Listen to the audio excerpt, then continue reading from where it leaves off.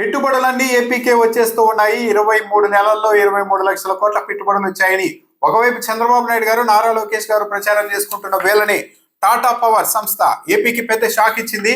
అందులోనూ నారా లోకేష్ గారు ఈ కంపెనీ ఏపీకి వచ్చేసినట్టే అని చాలా గర్వంగా ప్రకటించుకున్న తర్వాత టాటా పవర్ ఏపీకి నారా లోకేష్ గారి ప్రచారానికి చెక్ పెడుతూ ఒక పెద్ద షాక్ ఇచ్చింది. 2026 జనవరిలో స్వయంగా నారా లోకేష్ గారే ఏపీలో టాటా పవర్ సంస్థ 6,675 కోట్ల రూపాయలతో ఇంగాట్ అండ్ వేపర్ తయారీ యూనిట్ని ఏర్పాటు చేయబోతుందని ప్రకటించారు.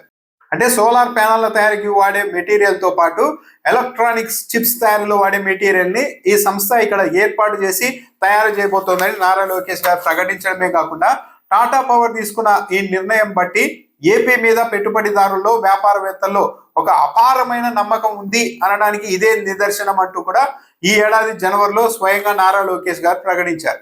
జనవరి నెలలోనే జరిగిన AP state investment promotion board meeting లో కూడా ఈ పెట్టుబడికి రాష్ట్ర ప్రభుత్వం ఆమోదం కూడా తెలిపింది. అయితే ఇంత జరిగిన తర్వాత ఇప్పుడు లేటెస్ట్ గా టాటా పవర్ సంస్థ తాము ఈ యూనిట్ ని ఏపీలో ఏర్పాటు చేయడం లేదు అని అధికారికంగా ప్రకటించింది.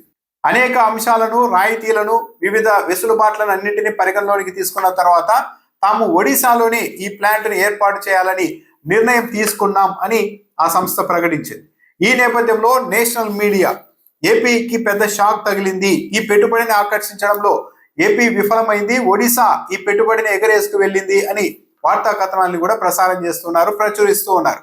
ఒక విధంగా జనవరి నెలలోనే ఈ పెట్టుబడి వచ్చేసినట్టే అని నారా లోకేష్ గారు ప్రకటించడం, ఏపీ స్టేట్ ఇన్వెస్ట్మెంట్ ప్రమోషన్ బోర్డులో అనుమతి ఇవ్వడం, ఈ పెట్టుబడి రావడం అన్నది ఏపీ మీద పెట్టుబడిదారుల్లో ఉన్న అపారమైన నమ్మకానికి నిదర్శనమంటూ నారా లోకేష్ గారు ప్రకటించుకోవడం, ఇన్ని జరిగిన తర్వాత ఇప్పుడు తీరా ఈ ప్రాజెక్ట్, ఈ యూనిట్ అన్నది, ఈ పెట్టుబడి అన్నది ఒడిశాకు తరలి వెళ్ళడం ఏపీకి ఒక పెద్ద షాక్ గా మారింది. ఏ విధంగా ఇది జరిగింది అన్న దానిపైన ఇప్పుడు రాష్ట్ర ప్రభుత్వం వివరణ ఇస్తుందో లేదో చూడాలి. మరి ఒకవైపు ఏమో టాటా గ్రూప్ కి చెందిన టీసీఎస్ కు విశాఖపట్నంలో 99 పైసలకే భూమి మొత్తం నారా లోకేష్ గారు అప్పగించేశారు. ఇప్పుడు అదే గ్రూప్ కు సంబంధించిన సంస్థ మాత్రం వివిధ వెసులుబాట్లను, రాయితీల్ని అన్ని బేరీజ్ వేసుకున్న తర్వాత ఏపీ కంటే మాకు ఒడిశా బెటర్ అని, కాబట్టి అక్కడే మేము ఈ పెట్టుబడి పెడుతున్నామని ప్రకటించింది.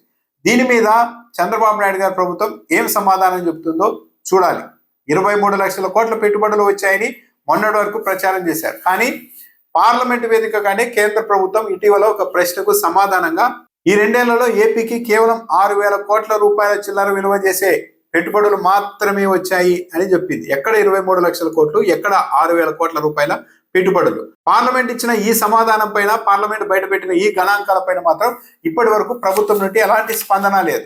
ఇప్పుడు ఏకంగా టాటా పవర్ సంస్థ తమ యూనిట్ ఏపీలో కాకుండా ఒడిశాలో ఏర్పాటు చేస్తున్నాం అని ప్రకటించడం అన్నది ఏపీ ప్రభుత్వానికి, రాష్ట్ర ప్రజలకి దిగ్భ్రాంతి కలిగించే అంశమే.